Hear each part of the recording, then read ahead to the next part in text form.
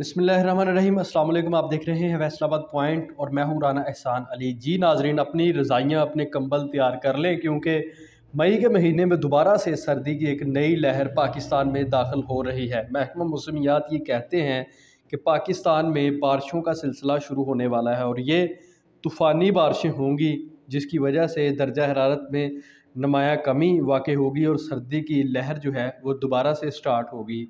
अमूमी तौर पे मई के महीने में बहुत ज़्यादा गर्मी होती है। पिछले साल आप देखें तो मई के महीने में काफ़ी ज़्यादा गर्मी थी, उससे पिछले साल भी देखें तो मई के महीने में काफ़ी ज़्यादा गर्मी थी। कभी भी ऐसा नहीं हुआ कि गर्मियों में सर्दियों का एहसास हो। तो माशाल्लाह से हमारे पाकिस्तान में इस साल जो गर्मियों का मौसम स्टार्ट हुआ है, जैसे कि मार्च स्टार्ट हुआ तो बड़े अच्छे तरीके से मार्च जो है वो गुज़रा है।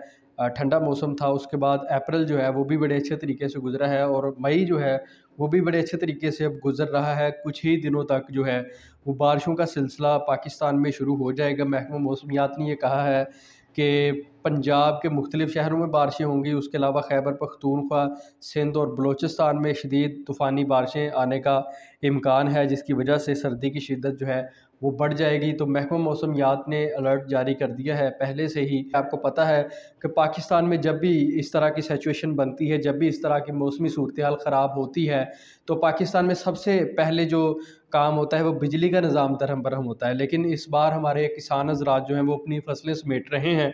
अपनी फसलों को जो है वो गंदम की फसल अभी चल रही है, तो किसान जो हैं वो इस हवाले से परेशान होंगे।